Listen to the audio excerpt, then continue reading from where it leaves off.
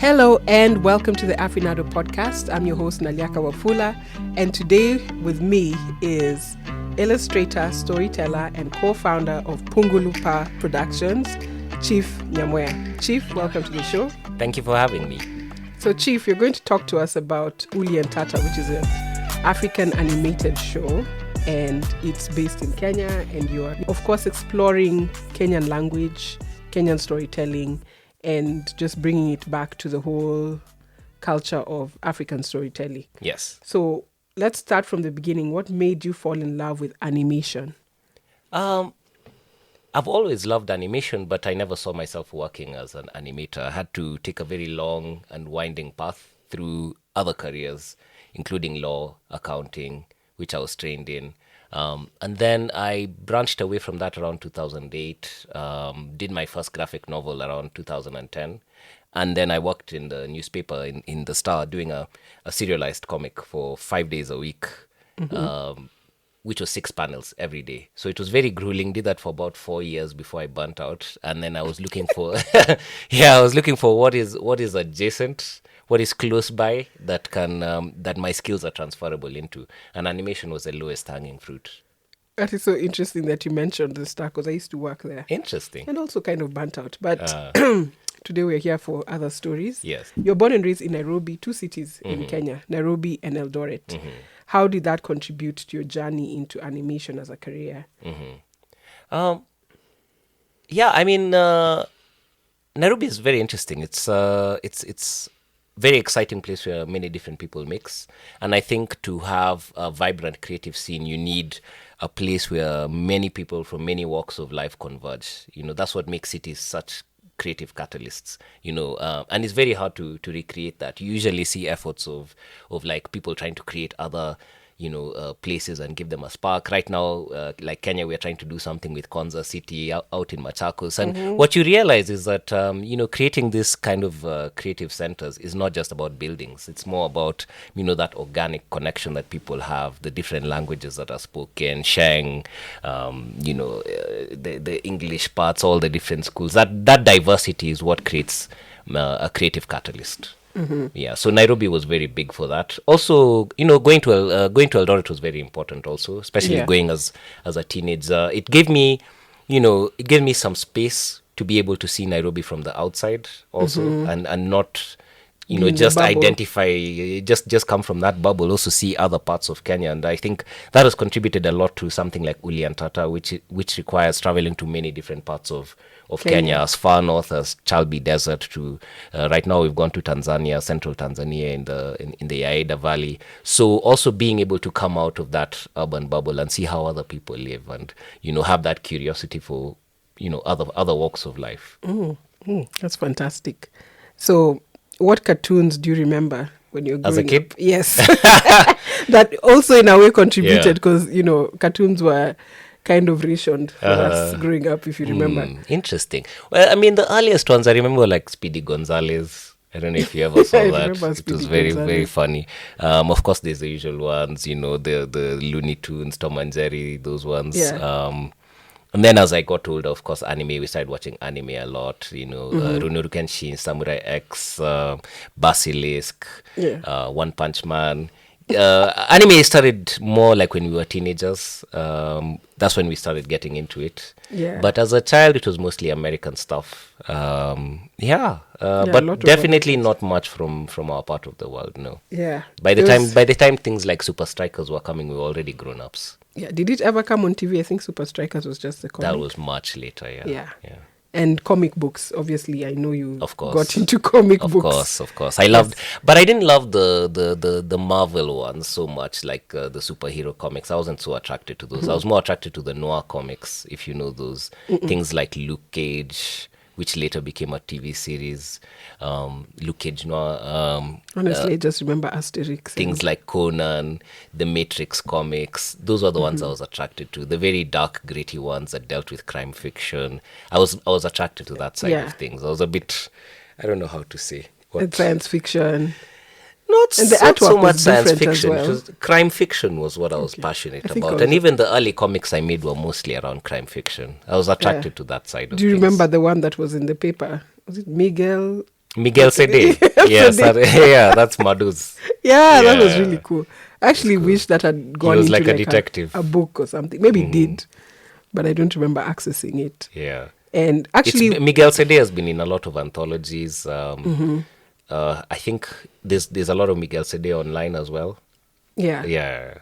And I think comic books is where we also probably saw a lot more Kenyan animators or illustrators. So you can even look at like the old school ones like Bogi Bender, Of course, which was so not appropriate for yeah. kids. Yeah. Yeah. It was inspired by Andy Cup. Yeah. Yeah. Having an alcoholic guy with musings. Yes. You buy it as a child and you're reading it and you're entertained. Yeah. So yeah, I think I now see that we probably when it came to cartoons made by Africans or Kenyans, it would be more of like the comic book or the comic strip. Yes. The strips piggybacked a lot on newspapers, so they ebbed and flowed with the fate of newspapers. So as newspapers have been on the decline, strips have been on the decline. Yeah. When they're looking for places to cut their expenses, usually the comics are the first place to cut. Like and you they guys. and they syndicate, cheap reruns of the old ones. 1950s American strips and UK strips. So now now of course they're looking for other homes. That they can find a place, and online is a big one, and trying to find models to survive with that. Yeah. So what's been the single most let's go back, sorry. How was Uli and Tata born? Uli and Tata was born with us becoming parents, basically. So I told you, like, I loved crime fiction and much more adult oriented stories. Yeah. But when I became a child, that's when I shifted my gaze toward When you became a father. when I became a father. Yeah. Oh my God, what did I say? Child. Become a child. It's okay, still a child. So deep down. A lot of truth is said in this Freudian slips. Yeah. When I became a father, that's when I saw the gaps that I wasn't seeing before. And it was, I've always said, like, it was so shocking to me that you can work in animation and not think about kids' content, but you can, because you're making the stuff that you're curious about. Yeah. So, obviously, we went online, my wife and I, looking for stuff for a child to watch. Because, they want to dance, they want to sing. It's insatiable. That's what they want as kids. Yeah. And we were not finding anything from our part of the world. We were finding Baby Shark, and the usual I things. The know. wheels on the bus go round and round, And etc. there's only, you know. what's the one from TZ? Ubongo Kids. Ubongo Kids and... Although Ubongo Kids is more curriculum content, numeracy, literacy. Yes. So now those are the ones we found. We found the ones from West Africa and from Congo, basically Francophone. Yes, so those Akili and Me Yeah. and Ubongo Kids, and then the West African ones, Comptine d'Afrique. which are French. Which is basically Africaner's rhymes in French. Oh, okay. Yeah. So they were a big inspiration to us, and those are the ones we'd sing, because it was the closest thing to our context in East Africa. And we asked ourselves, this is something we can do, Nairobi and Kenya likes to take pride in being Silicon Savannah and all this, but it's mostly more on the tech side and not on the creative side. Yeah. So we had everything that we needed to do it here except the capital.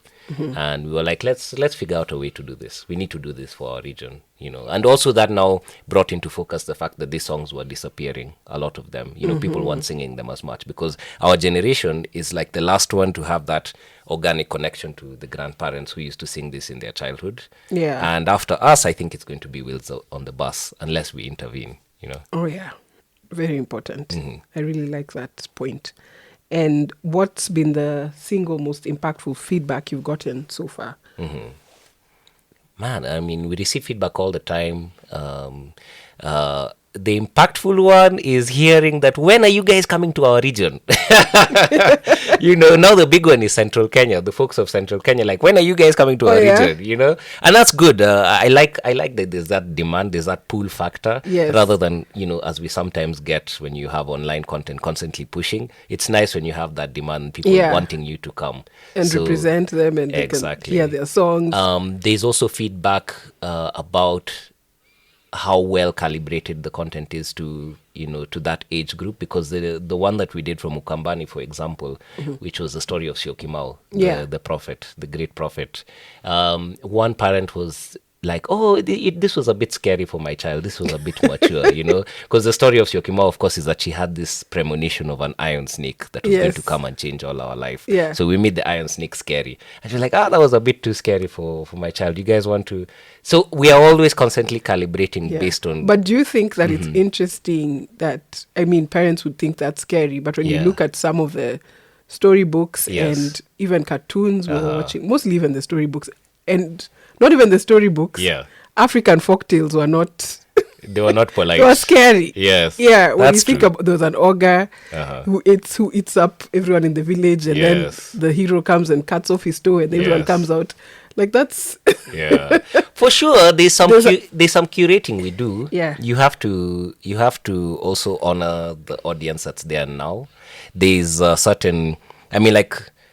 the people who wrote the songs may have had a different tolerance that people today have, and also sensitivities are different, because we are always looking for songs that are in the public domain, songs that are already easy to recognize in the community, and those are the ones, because we really love when people are hearing, like there was a friend of mine whose nanny was hearing Simbindi being played the first time and started crying. Oh, wow. Because it was something that she recognized from her childhood. That's beautiful. So we love those kind of moments, and that only comes when you're getting a song that's in the public domain that has already been has wide acceptance. So a lot of the songs in the songs, those are the songs that have already been done. It's not anything you went. They are songs that have a long history, sometimes 100 years plus of being played in that community. I already see a book coming. Inshallah, yes. For us geeks, yes. So on that point of also like there's also this thing of being a child, and we kind of enjoyed kind of like the jump scare of stories. Yes. Even when there's like fun in like a bit of the terror, and then a good ending. Yes. Even when you read the Snow Whites and the Cinderellas, those witches were scary. Hansel and Gretel. Yes. So I feel, it's definitely, there has to be a balance. And maybe it's us parents who are now being sensitive. Yes. But your kids are like, okay, that was spooky, but let's watch it again. Yes. So I guess it's a balance. Yeah. I think all creative endeavors, not just when you're making kids content, all creative endeavors are a balance between honoring your audience and also honoring your authenticity as an artist. Because if your audience already knew in advance what you were going to make, then it's not really creative. So creativity by definition means that you're all in for a surprise, including yourself, the creator. You're doing something which you've never done before. That's when it's really creative. So it's always a fine balance. So what do you hope to achieve through Uli and Tata? Like, what's your main, I wouldn't say goal, but what would you like to say is a main push for producing something like Uli and Tata? Apart from yes, we want to see ourselves, but what would you like to achieve through it? I'll answer that question by giving you an anecdote. I have a cousin who has a school bus business. They take kids to school. And he told me that he heard the kids in the bus singing along to one of the songs. And he made a point of telling me. And that was very touching. Yeah. To when we get to the point where organically, not by us pushing and doing online advertisement and this type of thing, where organically kids are resonating and celebrating the culture, they are not doing us any favors, because kids don't have ideology. They are not saying that, we need to promote African culture, we need representation. They don't care about that. If it's not better than Peppa Pig, they are going to drop it for Peppa Pig. Even in my own household, there's a competition, a fierce competition between Peppa Pig and Uli and Tata. They are not doing you any favors. So for me, it's when organically... And they're honest. Yes. They're organically, in their honesty, they select that. I think our work is done. We don't expect to be done any favors just because we are African. Maybe the parents who are ideologically motivated might make that choice, but not the kids. So for me, when the kids make that choice, I feel like our work is done. Just having our people celebrate what is beautiful and seeing themselves. Yes. All African content creators are going to, of course, and you see it a lot in pitch decks when people are trying to pitch their content, that representation, but representation only goes so far. At the end of the day, you're in a massive, like the internet has managed to funnel together all the world's content. Your kids could be watching Chinese content, Australian, Moana, whatever.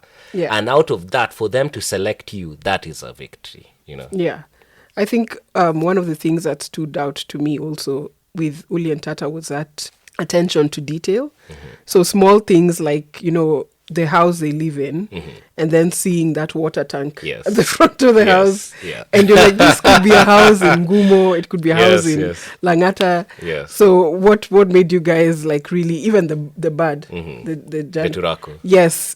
That being even a learning point where you can be like, okay, let's go find out about this bird. Where is it found in Africa? Yes. What do you know about it? So what made you guys like very keen on making sure details like that, those tiny details were... What you're speaking to is the power of research. And research has been a battle to make sure that we research every episode, because as you know, animation can be expensive, and especially if you're a primarily YouTube-based show, you're always trying to fight to control costs. So, some of the of the producers, especially externally, would be trying to control costs, and obviously they wanted to cut something like research, where it's not necessarily integral to making an animation. But for us, we always had to fight to keep research in there, because if you don't have research, all you have is a stereotype. Yeah. I look back at the pitch decks that I made for our pilot show in Kakamega. It was a total stereotype. And when people, yeah, seriously, I did what, because I'd never been to Kakamega, I did the things that you hear. So a lot of bullfighting, big stones, lots of chicken everywhere. It was just a stereotype. So stereotyping is not, people always associate stereotyping with like a deliberate intention to harm. It's not a deliberate. Stereotyping simply means that you've not done research. Yeah. And it will always show for somebody who is from there. So the only antidote for that is that every single show that we do, we go to the location and we spend a minimum of like 5 to 10 days in that location. That's amazing. And we sometimes split the team into, one team is doing nothing except natural history, like what animals are actually here, what birds are actually here, what trees are actually here, so that you don't end up with that stereotype of Africa, which is just an acacia tree and a savanna. Yeah. Not all places are acacia tree and savanna. You go to Kakamega, there's no savanna there, Yeah. So that was the antidote to it. And also cultural That is so history, important. finding out what songs are people actually singing, how are people talking, how are people moving, and making sure all of that gets reflected in the show. So that I would say is one of the strongest points of Uli and Tata. That actually, it reminds me of Lion King. And I remember watching a documentary of when they were coming up with like, drawing the illustration, the animation of Lion King, and they actually came to Kenya. It was in South Africa. Yes. And Pride Rock is actually a rock at Hell's Gate. Yes. Yeah. And that inspired that. And now when you watch it, it's still magical, because you're Yes. like, oh, that looks so, Yes. there's something that you connect Yeah. with. So yeah, research Disney is... don't play around with research. Yeah. And fun fact, Disney actually owns National Geographic. Oh, wow. Yeah. Heh, okay, we learn something new every day. Yeah. So tell me, what do you think is the importance of storytelling as a medium of culture preservation? It's how we share knowledge across generations, even within generations. It's how we share and store knowledge in the easiest way. When information is presented to you like an academic book with indexes and in a certain chronological way, that's not how information comes to us. Even when you are writing a book, you don't get it chronologically like that. You usually get it in bits and bobs. And storytelling is the most efficient way of connecting all of that knowledge and tying it in. So if you want to find out what life was like in Kenya in the 1960s, you can read historical books and references and spend time in National Archives, etc.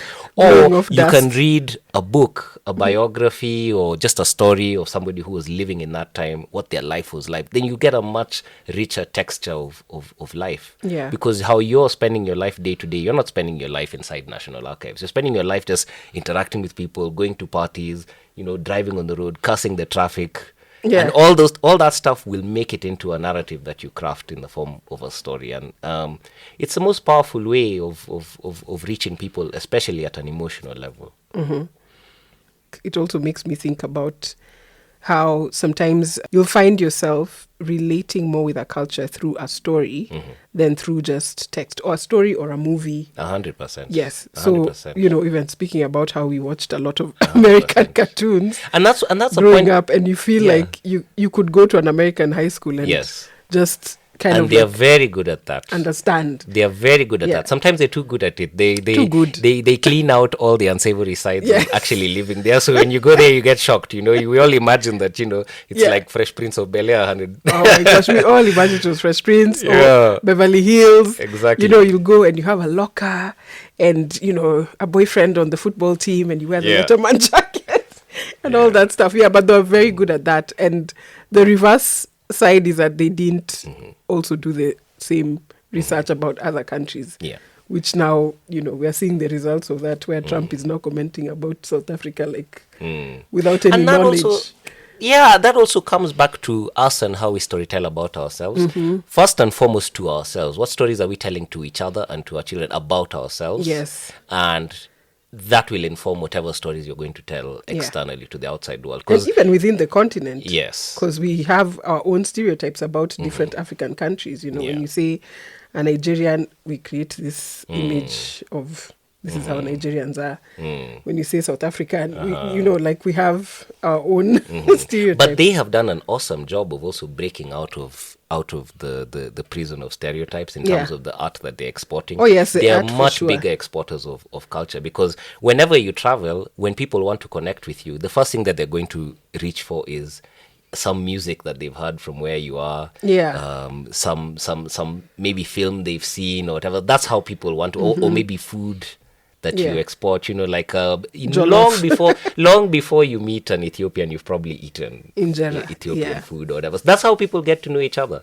And if we understood that, then I think also even the state would spend a bit more time and care on the arts, because they'd understand that it has influence even on business. On a global scale, yeah. Yeah, even on things that have absolutely nothing directly to do with the arts, even if it's just business or whatever. They waste so much money getting over stereotypes about terrorism and whatnot, as opposed to...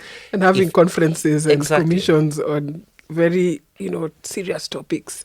And but they're not really looking at okay, how can we culturally also promote our country in ways that brings back... Because even if you're talking about food, that's also promoting food security, because now in Ethiopia there's injera, but then injera comes from teff, and then how is teff? It's locally grown. All that stuff that now comes with that, Yeah. and preserving that and making sure that they have enough. Yeah. Yeah. Yeah, and it's something that bothers a lot of people when if somebody is trying to get to know you, if you meet a Senegalese friend or an Indian friend or whatever, and they're trying to get to know you about what you eat, whatever, and what you're eating is pizza. Or what you're singing is Wheels on the Bus. So who are you? Where are you inside all of this mix? Yes. Yeah, I think also that's now a challenge for us as parents, or if you're anyone who's like a guardian or an older figure in your kid's life, is kind of creating that space for them to also discover their own culture.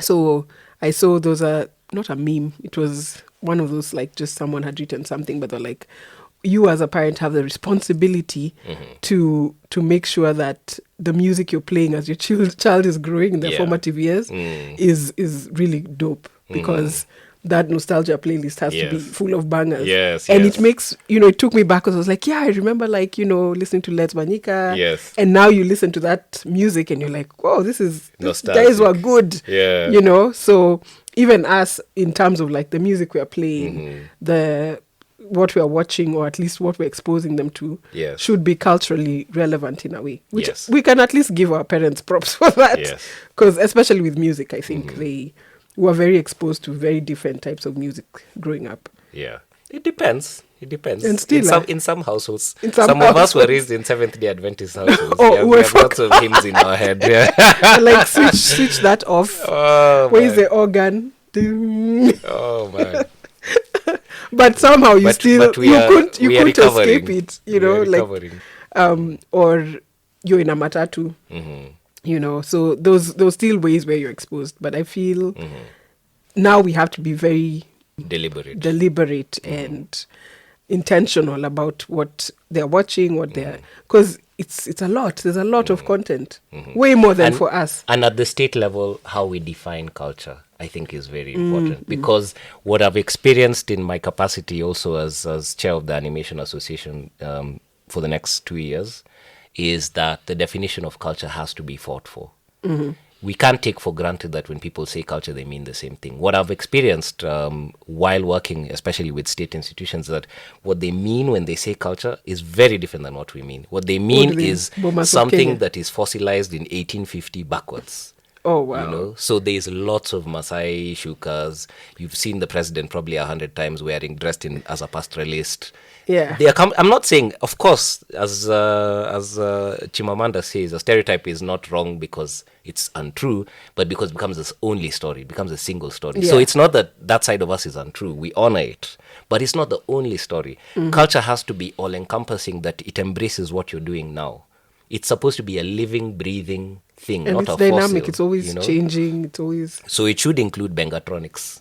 It should include Matatu Madness. Someone like the painter Dennis Muraguri. The way he's really integrated Matatu culture into his paintings. Yeah, that I would love for the Ministry of Culture to be expansive enough to see it as a living, breathing thing, like not segregating things. Like right now we segregate heritage from culture, from ICT. Language. What are you going to do with something like animation, which spreads across all of them? There is an ICT component to animation. There is a heritage component to Uli and Tata. There's a musical, like you cannot ring fence and pigeonhole this expression that is a living organic thing. We have to take it away from being a fossil, and that's a definition we'll have to fight for, because it has implications for the type of legislation they're passing. Yeah. Now they've passed this Creative Economy Act, which was kind of forced through, and the artists were rubber stamping it in my experience. And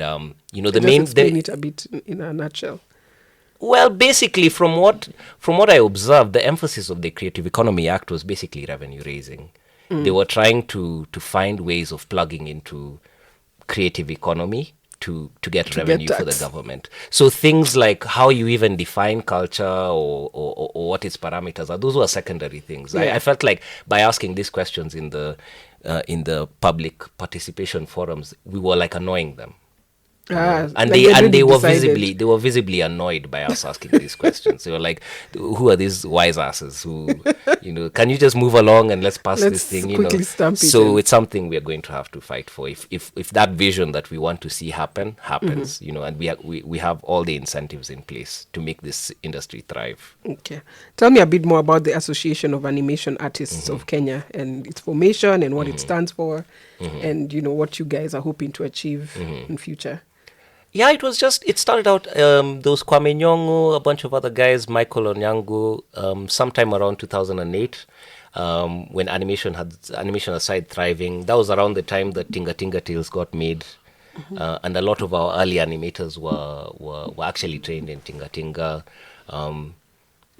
People like Pete Mute, for example. I don't know if you've seen the old ad of a dancing ATM. Back very when. Famous ad. So there were those award-winning, I think. Yeah.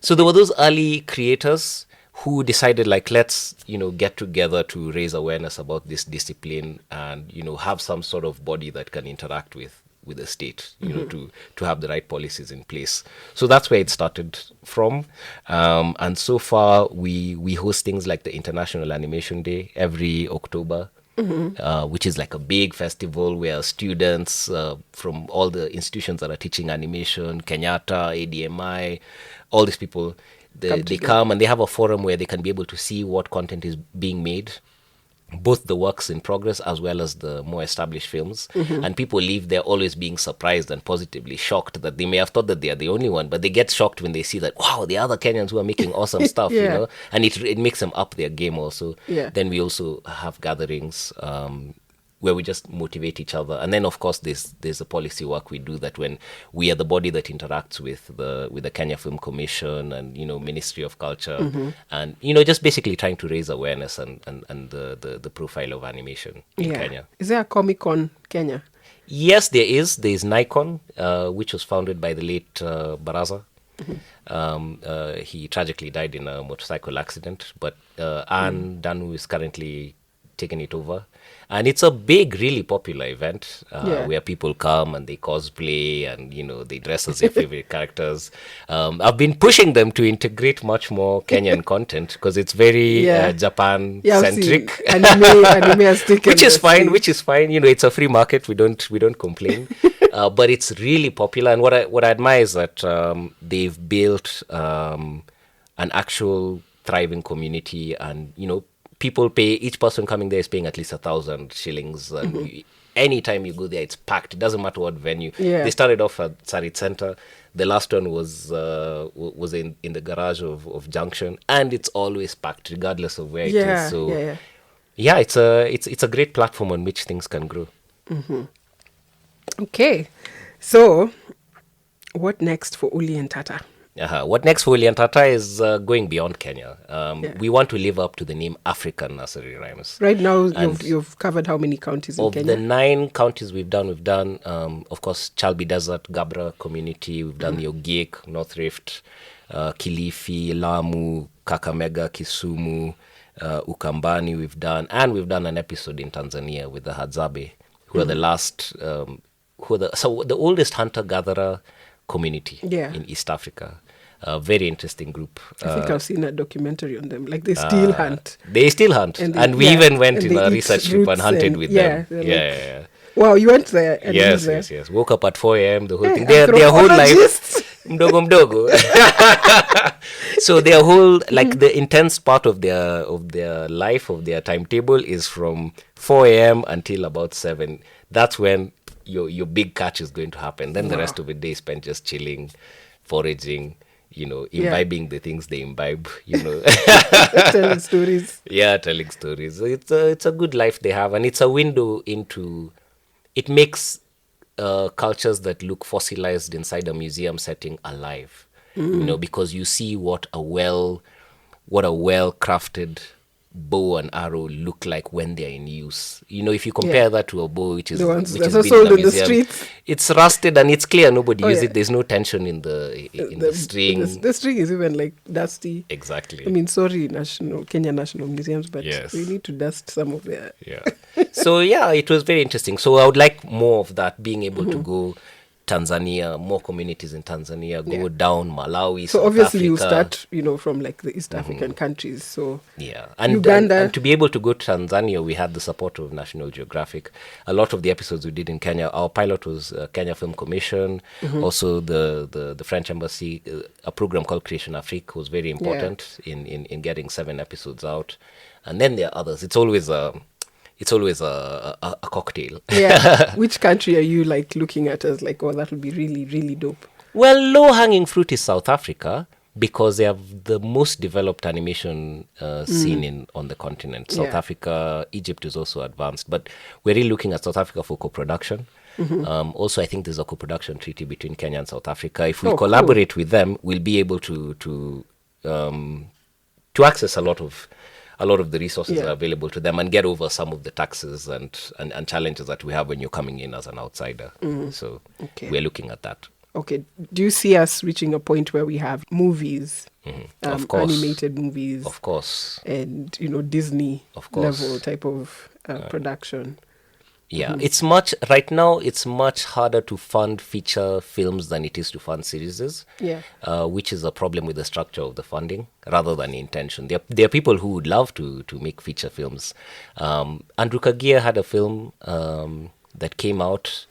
He made it on the Unreal engine, Unreal game engine. So there are 1 or 2 folks. There was also Iwaju, which was it was a Disney film that was made. There was a Kenyan producer, Danson Joka, and Nigerian artists, Ugandan artists, but they sold it to Disney.